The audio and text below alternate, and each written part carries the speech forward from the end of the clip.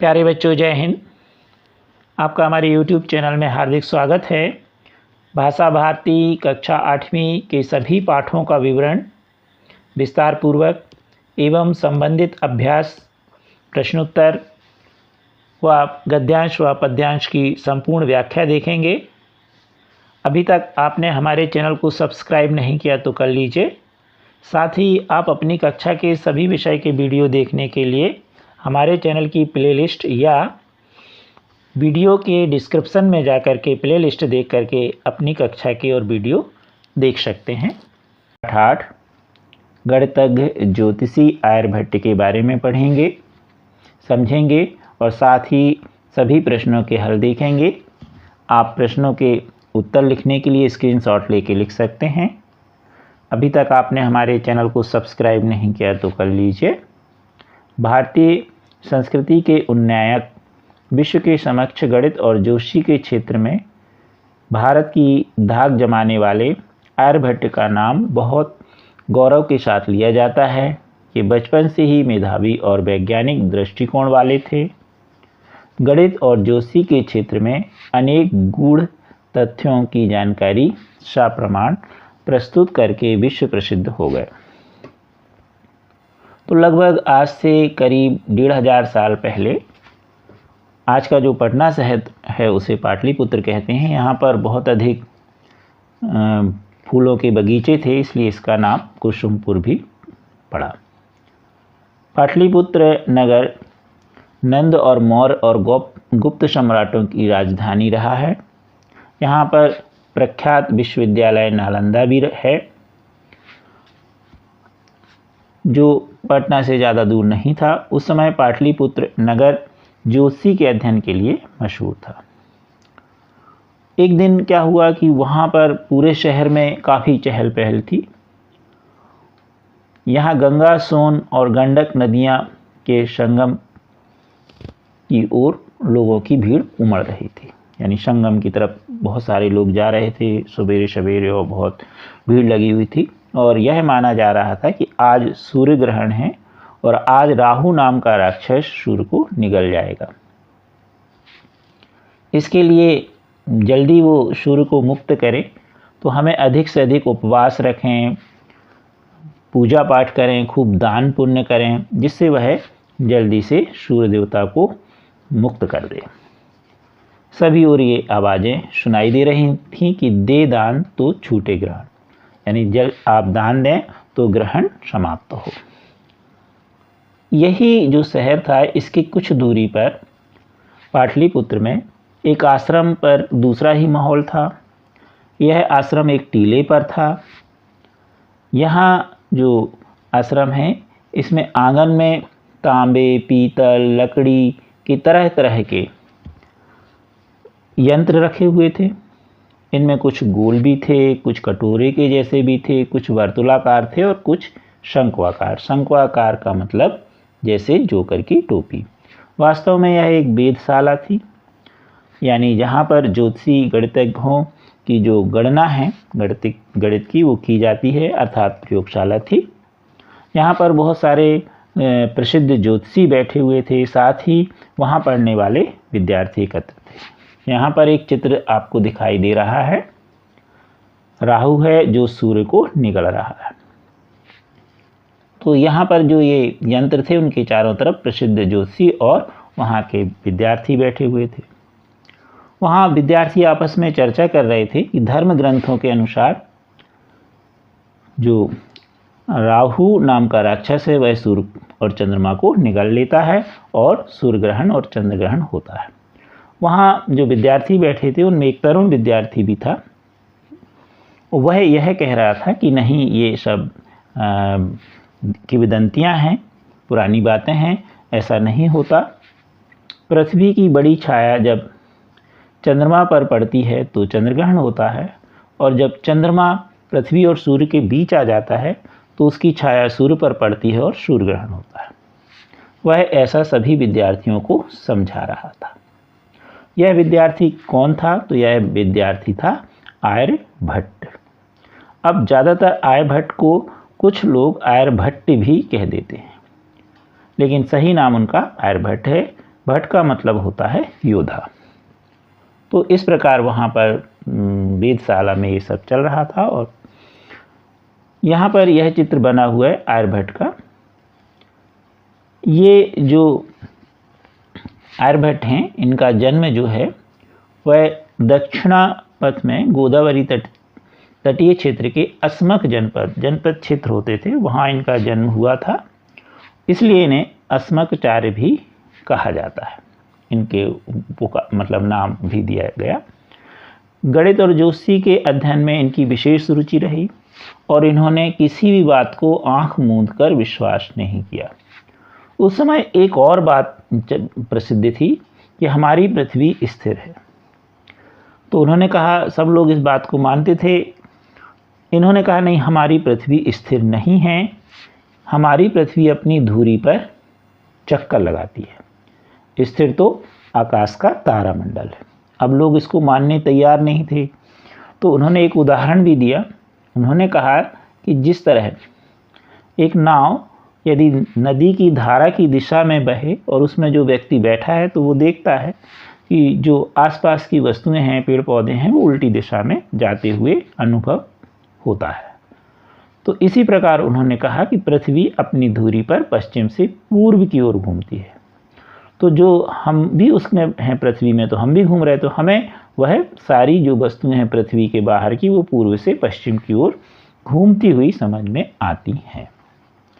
तो इस प्रकार उन्होंने कहा कि तारामंडल स्थिर है, पृथ्वी अपनी धुरी पर चक्कर लगा रही है।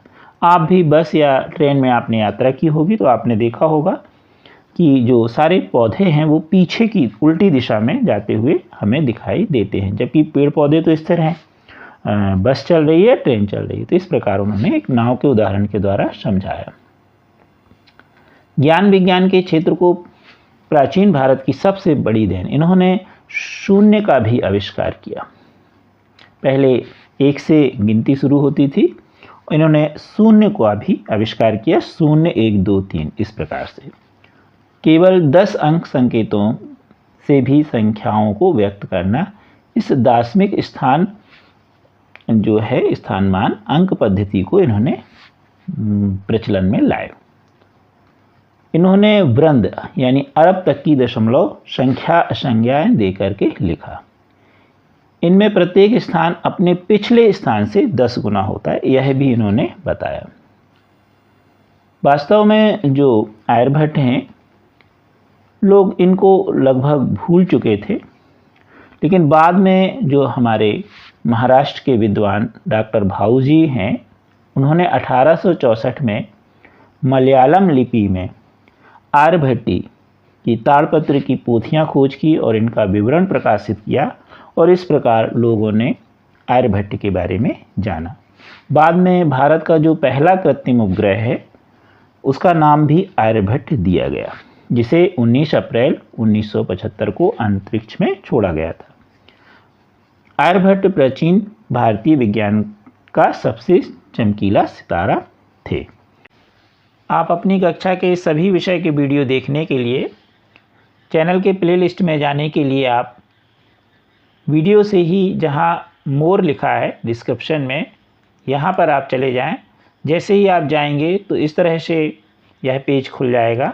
पुनः आप मोर पर क्लिक कर दीजिए तो ये आपकी कक्षा के सभी विषय की प्लेलिस्ट आ गई है। अब मान लो कि हमें 8वीं की सामाजिक विज्ञान देखना है, तो यहाँ पर हम क्लिक कर देंगे। तो जैसे ही हम क्लिक करेंगे तो हमारी यह प्लेलिस्ट खुल चुकी है और अब हम इसमें से जिस अध्याय का वीडियो देखना चाहें देख सकते हैं। प्रश्न उत्तर। पहला प्रश्न है, निम्नलिखित शब्दों के अर्थ शब्दकोश से खोज कर लिखिए। आपकी पुस्तक में पीछे हैं, उनमें से खोज कर लिखना है। कीर्ति यानी यश, संगम यानी मिलान या समागम भी बोलते हैं, 2 या 2 से अधिक नदियों के मिलान के स्थान। प्रलय यानी सर्वनाश या बर्बादी। शंकु यानी शंकु के आकार वाला। वेधशाला, शंकु यानी जैसे जोकर की टोपी होती है। वेधशाला यानी तारों और नक्षत्रों के अध्ययन के लिए बनी प्रयोगशाला, शोधशाला। धारणा यानी मत। प्रख्यात यानी प्रसिद्ध। घृणित यानी घृणा करने योग्य। पद्धति यानी ढंग। सूत्रबद्ध यानी धागे में बंधा हुआ। और आसन्न यानी समीप या पास। दूसरा प्रश्न है, निम्नलिखित प्रश्नों के उत्तर संक्षेप में लिखिए। क नंबर का है, पटना शहर का पुराना नाम क्या है? तो आपको मालूम है, पाटलिपुत्र। ख प्रश्न है, पटना के पास कौन सा विख्यात विश्वविद्यालय है?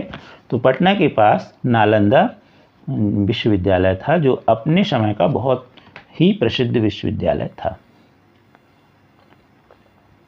ग है, पटना के पास किन किन नदियों का संगम हुआ? तो गंगा, सोन और गंडक नदियों का। वेधशाला किसे कहते हैं? ग नंबर का है। वेधशाला में तारामंडल और नक्षत्रों की गति का अध्ययन किया जाता है। यह एक प्रयोगशाला ही होती है जिसमें ज्योतिषी ग्रहण आदि के लगने और समाप्त होने के समय की भविष्यवाणी करते हैं। भट्ट शब्द का आशय क्या है? तो भट्ट का शब्द का आशय योद्धा होता है। 4 नंबर पर है, आर्यभट्टी पुस्तक के कौन कौन से 4 भाग हैं? तो 4 भाग हैं। पहला है 10 गीत का, दूसरा गणित, तीसरा काल क्रिया, चौथा गोल। आर्यभट्टी पुस्तक संस्कृत भाषा में रचित है और इसकी रचना पद्यात्मक है। 6 नंबर पर है, आर्यभट्टी के ताड़पत्र पोथियों की खोज किस विद्वान ने की? तो महाराष्ट्र के डॉक्टर भाऊ दाजी ने 1864 में की थी। यह मलयालम लिपि में लिखी हुई थी। उन्होंने ही इनका विवरण प्रकाशित किया था। अगला प्रश्न है तीसरा, निम्नलिखित प्रश्नों के उत्तर विस्तार पूर्वक लिखिए। बड़े प्रश्न। पहला प्रश्न है, पाटलिपुत्र नगर से दूर आश्रम में ज्योतिषी और विद्यार्थी क्यों एकत्रित हुए थे? तो पाटलिपुत्र नगर से दूर आश्रम में ज्योतिषी और विद्यार्थी एकत्रित हुए थे। यह आश्रम टीले पर था। वहाँ बड़ी चहल पहल थी। यह आश्रम भी कुछ भिन्न प्रकार का ही था। टीले पर बसे इस आश्रम का लंबा चौड़ा आंगन था। उस आंगन में तांबे, पीतल और लकड़ी से निर्मित अनेक तरह के यंत्र रखे हुए थे। उनमें से कुछ यंत्र गोलाकार थे, कुछ कटोरे जैसे और कुछ वर्तुलाकार तथा कुछ शंकु के आकार के थे। वास्तव में यह एक वेधशाला थी। इन यंत्रों के आसपास कितने ही ज्योतिषी बैठे हुए थे। वे सभी बहुत प्रसिद्ध थे। साथ ही वहाँ अनेक विद्यार्थी भी बैठे थे।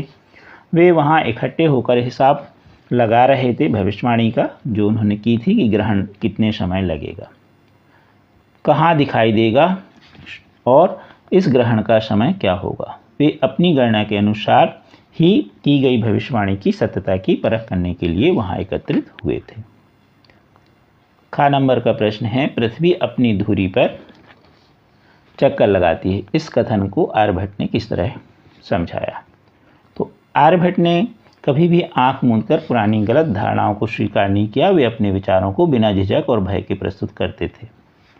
उन्होंने ग्रहण और आकाश की अनेक घटनाओं के संबंध में स्वतंत्र रूप से अपने विचार रखे। उन्होंने लोगों को खुलकर बताया कि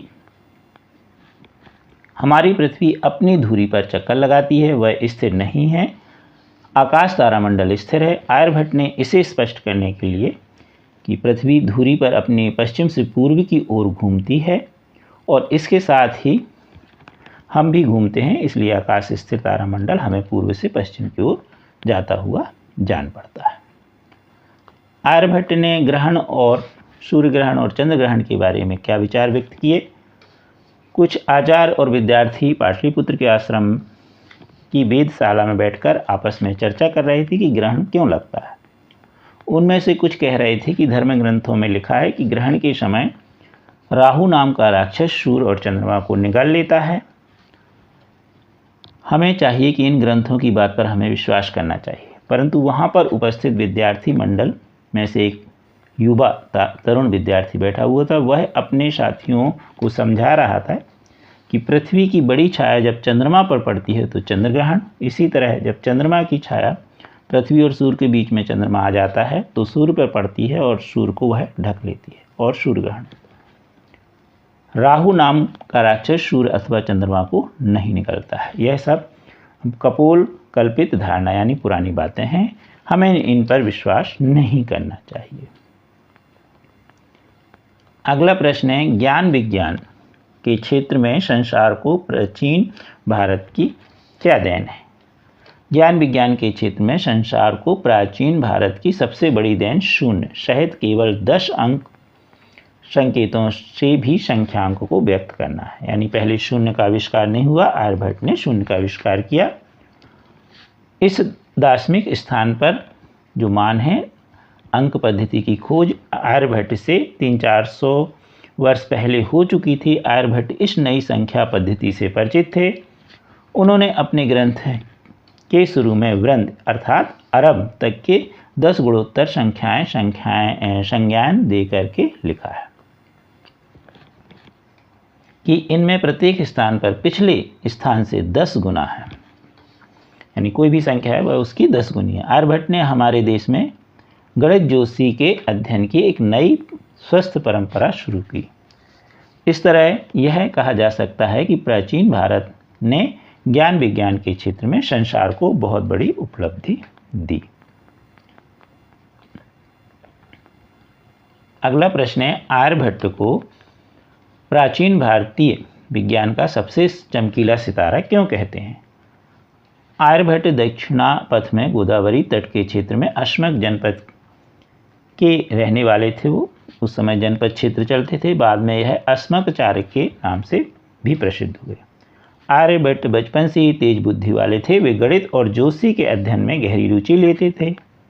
वे दोनों विषय गणित और ज्योतिषी के अध्ययन के लिए अस्मक जनपद से पाटलिपुत्र पहुँचे। इन दोनों स्थानों के मध्य की दूरी हजारों मील थी। आर्यभट्ट आँख मूंदकर पुरानी गलत बातें नहीं मानते थे। वे सदा ही अपने विचार धारा को बिना किसी डर के और बिना झिझक के प्रस्तुत करते थे। ग्रहण संबंधी बात ही नहीं, दूसरी आकाशीय घटनाओं के संबंध में भी स्वतंत्रता पूर्वक अपने विचार रखते थे।